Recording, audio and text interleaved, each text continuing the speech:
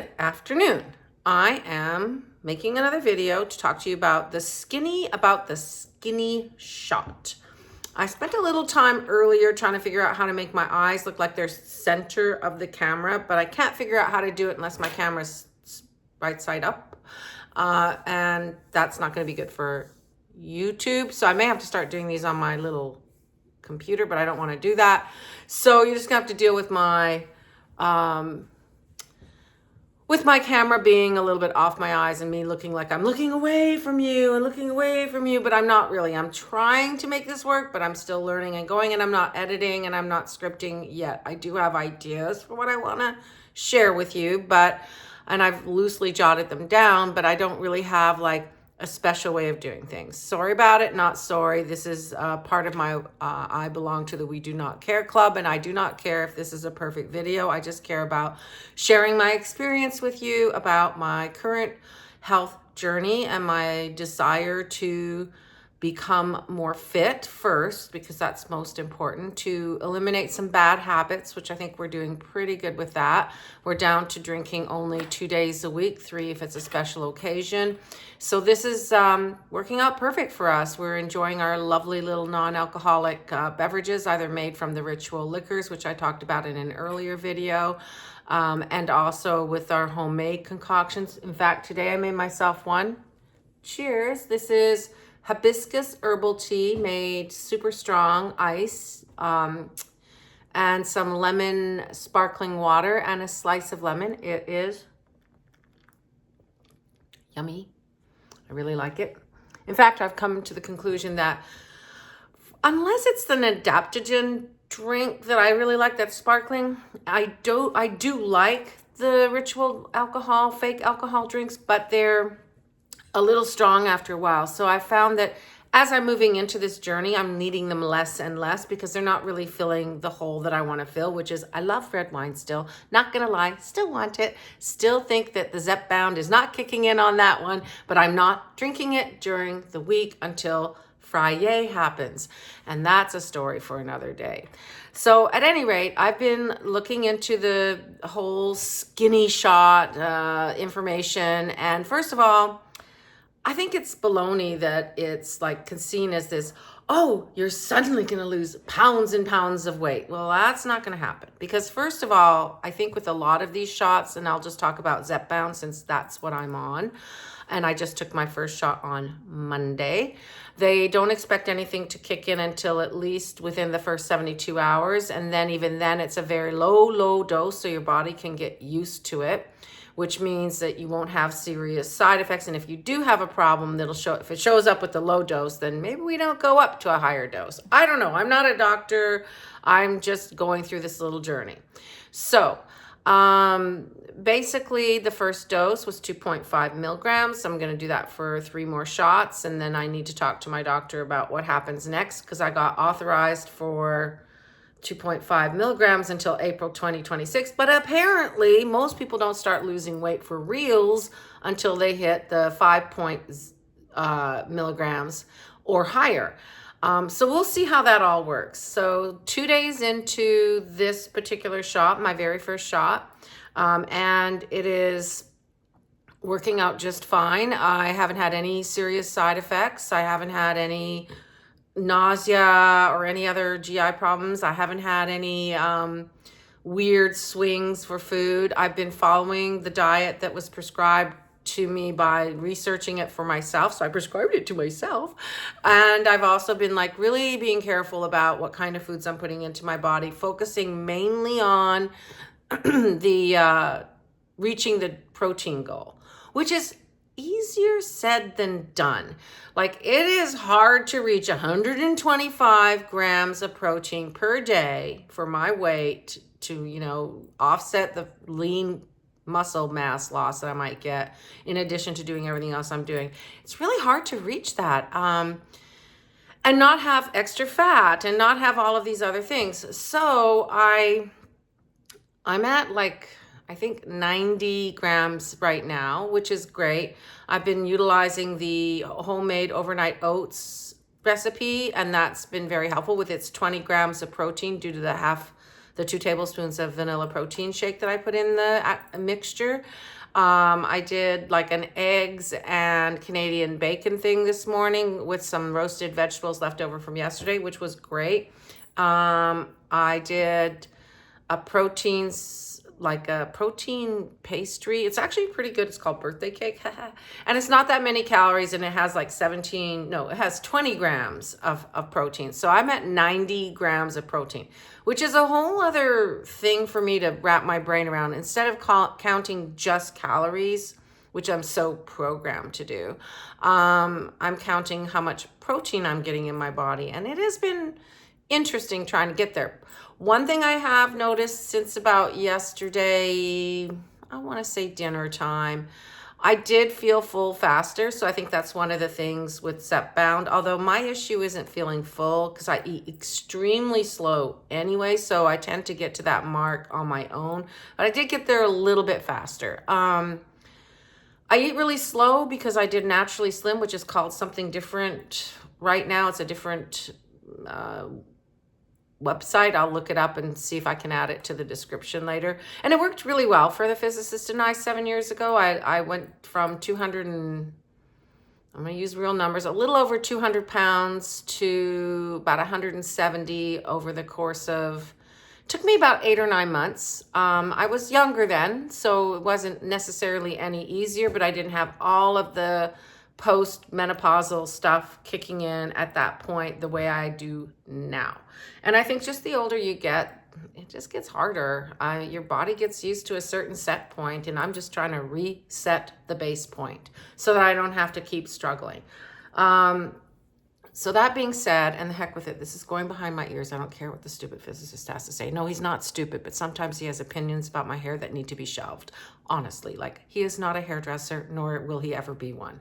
I cut his hair during the pandemic. Sorry, not sorry. And trust me, cutting that man's curly ass hair was something else. I should share a picture on my Facebook about it. It looked like a little squirrel had been born on my floor. My fingers hurt too, but that's a sidetrack.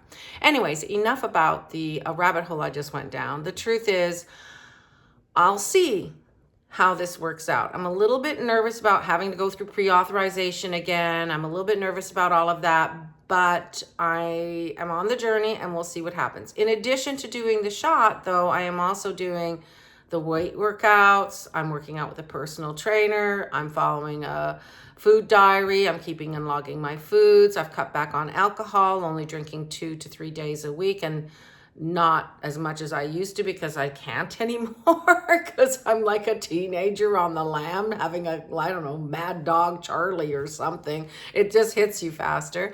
So that there is that. And I'm doing my usual cardio, etc. And again, really watching the food intake to stay within those error bars that I've been given by my personal training people at the gym, at my Crunch gym, and preparing also for the Transformation Challenge, which I hope will help me even move along that journey faster. Whether or not I win doesn't even matter to me. I'm more about winning for myself. I'm my best competitor, and I never felt this desire to beat other people at what they do. I just want to beat myself at what I do. I want to be better tomorrow than I am today. That's always kind of been my mantra, my personal way of living. I may not always succeed, but I always wake up every day thinking, I really just want to improve upon myself, whether it's my writing, my attitude, my mental, my physical, my spiritual wellness. I just want to do better for me, because if I do it for someone else, it's not going to stick. It's not going to last. And I think competition is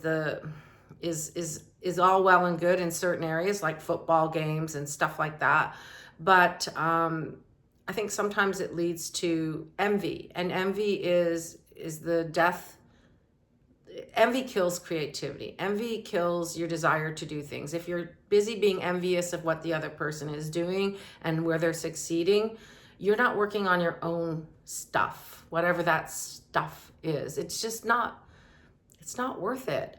Just do it for yourself. That's really all there is. Like, there's always going to be someone who makes way more money than me, and trust me, there's plenty that do. There's always going to be someone that's slimmer, more beautiful, lives in a better house, has a better car, the whole 9 yards. But you know what? I'm a very, very, very, very extremely over the top fortunate human being. And I have a pretty dang nice house. You can kind of see it behind me. Yeah, it's IKEA furniture and couch potatoes. I'm not talking like big dog furniture. I got Billy bookshelves and I have no shame over that. I put together the armoire that's behind me when I lived in Fairfax, Virginia. I think the whole set, which I still have the 2 bookshelves, I think it cost me like $200 or $300, which was nothing really back in the day. I can't even remember. At any rate, I'm not a high-end girl on that kind of stuff. But I'm lucky and I know it, and I don't think it's because I'm any better than anybody else. I just think it's partly because of who I am and my circumstances, and being in this position that I'm in, I feel like I'm doing good. I have a good husband, I have a lovely daughter, I have a good life, I have good friends that I've maintained lots of friendships over time. I have some pretty decent family members that I enjoy spending time with, and those are the people I pick to spend time with.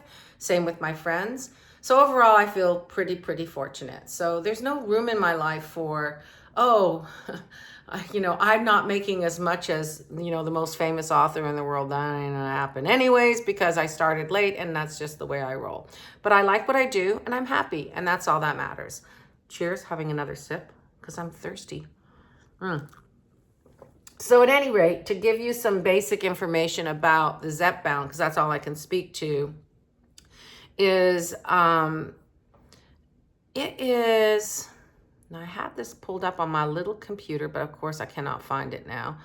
Here, where are you? Okay. Oh, there's my book. Haha. Okay, so I looked this up. How long does it take Zepbound to work, the shot? And it says you won't notice weight loss effects from Zepbound right away. After injecting a dose of it, it reaches maximum levels in your body between 8 and 72 hours. So I'm definitely 2450, what's 24 times 2, 48? Yeah, I'm at the 72-hour mark right now. No, tomorrow will be 72 hours. So I'm getting there. The medication will start to work. It has a very long half-life. So you just have to take it at the same time every week, roughly, and move it around on your belly or whatever, your thighs. And then over time, it will kick in and do something for you. But the real weight loss, from what I've read, starts probably about at the 3-month mark, maybe a little bit before if you have more to lose. So 5 milligrams is probably what I would probably get it bumped up to if nothing moves with everything else that I'm doing right now.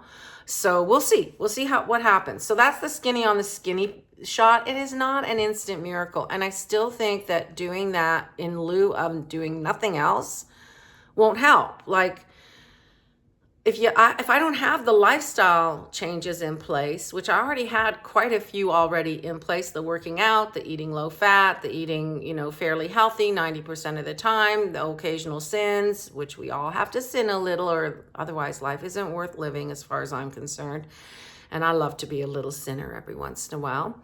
And so you just kind of have to make sure all of those little tent poles are in place so that the canvas that you're putting over top of those tent poles, the Zepbound or whatever diet, drug, or injection that you're taking, if you're taking one, can sit on that foundation nicely so that it's just helping to cover and make everything look even better and work better, because a tent without a canvas on top of it is just a tent that's just poles. It's not going to protect you from the elements. So this may be a crappy analogy, but I kind of feel like it's like writing. Like if I don't have my tent poles in place for my writing, my main turning points in place, if I don't have an idea of where I'm going to, even though I might be wrong about that idea, then I can't really know where I'm driving to with my books and with my stories and with my characters. So same thing with this whole diet thing. Like I don't think I could just do, oh, miracle drug, I'm taking the Zepbound and I'm going to suddenly lose like 30 or 40 or 100 pounds or whatever it is. And then somehow magically keep it off without learning any lifestyle changes and implementing them. So my issue is I know the lifestyle changes. I've lived the lifestyle changes. I think that's probably true of a lot of people who've been on multiple diets and a lot of people who struggle with their weight. We're probably the biggest experts in weight loss next to nutritionists and the doctors who support weight loss, because we have done every diet known to man. We know how to count a calorie. We can probably look at something and know what a calorie is, especially if you're my age, because we grew up with that. We know all about all the different things that you have to do. But then things don't always work, and then the human mind and the human psyche and the subconscious is a dangerous thing, and it can set you up for failure by saying, well, it's not working, so why try? That's easy to do, isn't it? Like, we all do it. I mean, I do it. I'm assuming many people do it. Like, I'm like, there are days I'm like, why am I doing this? Like, it's not working. Let's go have a bonbon or something. Like, this sucks. And that's really where I'm at. Like, and you can't look at people even and know what their fitness levels are or what their lab numbers are beneath the skin. Like, under the hood, when you check under the hood, a person can be super, super slim and have higher cholesterol numbers than me. A person, just because of genetics. I mean, it's just, there's no rhyme nor reason for that. A person, it's just like anything else that's in our lives. Some people can spend their whole entire lives doing things that other people can't do and not be impacted by it. And the other people that don't do it maybe through 2 or 3 times end up with the worst consequence of that. So genetics, your overall makeup, all of these things come into play. And I am no expert, but I can tell you this. When people are struggling, whether or not they're struggling, it's really important to bear that in mind when you're looking at people and you're seeing the shells that they present to the world, because the shell that is to the world is not the person that's living in the shell. Okay? So you have to really think about who that person is on the inside, and try not to be judgy. That's all. Just please don't be judgy. Judgy is not good. I try not to be judgy. I am guilty of it too. I have feelings. I have thoughts. I don't always say them to everyone, but the people who know me best know my thoughts. Usually it's when I see other people behaving in manners that are just not right to me. I mean, like treating people like less than, or acting superior because they think they're all that in a bag of chips. I've heard that one a few times. Creating little clubs within their own selves where they're not welcoming to other people because of whatever reason. And sure, we can all have our favorite friends and we can all have our favorite people, and we can all have some people that, we just don't click. It's not even that the person's a bad person. It's just, you just don't click. Your personalities don't mesh. And that's okay too. There's plenty of room for all the different personalities. So I guess my point is, moving into this skinny shot thing, the skinny on the skinny shot thing, there can be a little bit of a judginess in that. And I think it's not really fair to call it that, because it's just a shot that can help you attain a goal. But if it makes you feel better to call it a skinny shot, be my guest. It's just, I'm curious to see how this is going to work for me. And I want it to be successful in tandem with the changes I'm making with the personal training, with the diet, with the ongoing exercise, with also some like just really superficial things like, I'm going to get my hair done. I'll surprise you with that new look next week. I'm starting to wear makeup again, because for a while there I was like, why wear makeup? Like, if I can, why not? Like, so what if I don't have the same face and figure that I had 30, 40, 20 years ago? I want to be my best self, and there's nothing wrong with not wearing makeup. I often go without makeup. I'm pretty comfortable without wearing makeup. I do it all the time. It's just that here lately, and it's not even these videos, I don't know, I just want to feel pretty or something. I'm kind of reminded of my husband's, the physicist, Grandma Glover. She used to get up every morning until she was hospitalized in her 90s, just before she passed away. She lived in a very nice, neat as a pin house. She took in sewing and was a seamstress for many, many years. And every day she got up and she did her hair and she did her makeup and she got dressed for the day. And her daughter, our Aunt Bobby, my husband's, the physicist Aunt Bobby, on his side, mine too, because I loved her. She would say, like, Mom, why are you getting all dressed up? Like, you're not going anywhere. And Grandma Glover just said, well, someone might pop by, and I feel good like this. And so I'm kind of channeling a little bit of Grandma Glover right now, because she is and she was a super special lady to us, and set a neat example for us. I had a Tanta Hetty also, my Oma and my Tanta Toast. They were all ladies, and of course that was part of the times. Like, things are different now, but I just admired that they, no matter what, they just kind of took that extra time for themselves, regardless of their age or the stage of life that they were in. And I remember that. Like, I remember my Oma wearing her little Chanel suits and her cute little pumps that were just so, and she was always dressed for success, and she was just lovely. And Tanta Toast was the same way. And Tanta Hetty, she got people to come in and do her pedicures and her manicures, and she always did a little splash of makeup, and she could barely walk because she had a vascular disease. There's hereditary high cholesterol disease in our family. I do not have it, thank God. But that impacted her ability to be physically active, and she was very tiny. And she had like a special little car motorcycle-y thing, or motorbike, moped thingy or whatever, that she just tootled around in. And she did her artwork. She went to the botanical gardens, and she pursued her bliss, and she pursued her hobbies, and she did all of the things. And so did my dad, and so did everyone that I knew that was in that sphere. Like Grandma Glover. Like, she took in sewing until she couldn't anymore. Like, that's pretty cool. She also learned how to drive after RD, my husband, the physicist, grandfather. After RD passed away, Grandma Glover learned how to drive. And she would go to the Denny's and have like her little Denny's breakfast club with her other friends, and she was the driver. And I just love that for her. Like, I think that's so cool. So I guess the point is, we're more than just a body on a scale. We're more than just the way we look or present ourselves to the world. I think that we need to extend the same kindness to ourselves that we should extend to others.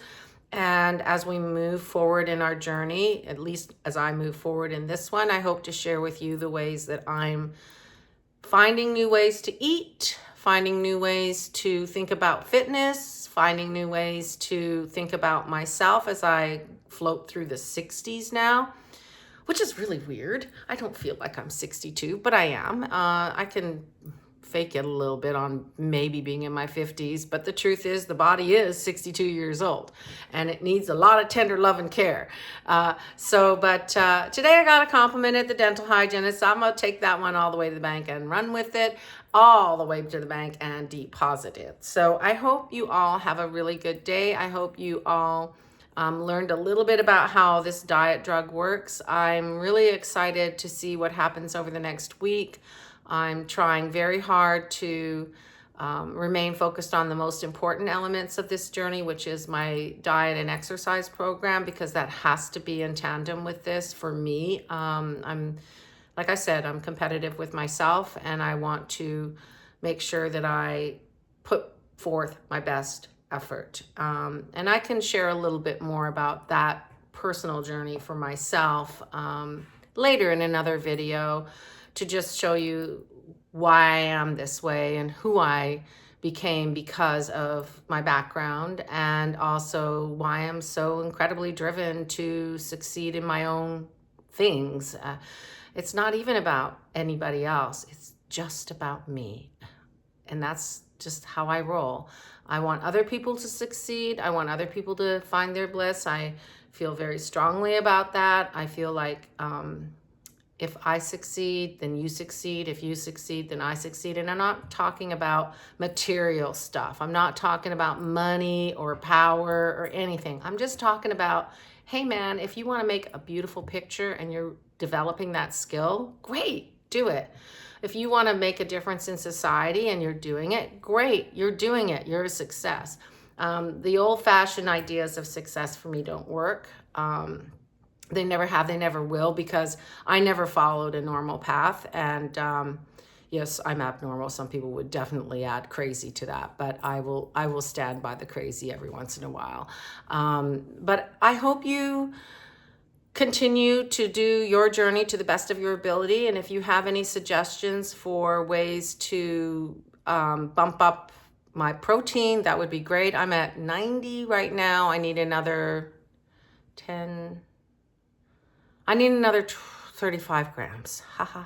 So on that note, I will have another sip of my wonderful homemade non-alcoholic beverage, my hibiscus tea with lemon sparkling water from Costco with a slice of lemon. Very fancy special. And cheers. Have a good night.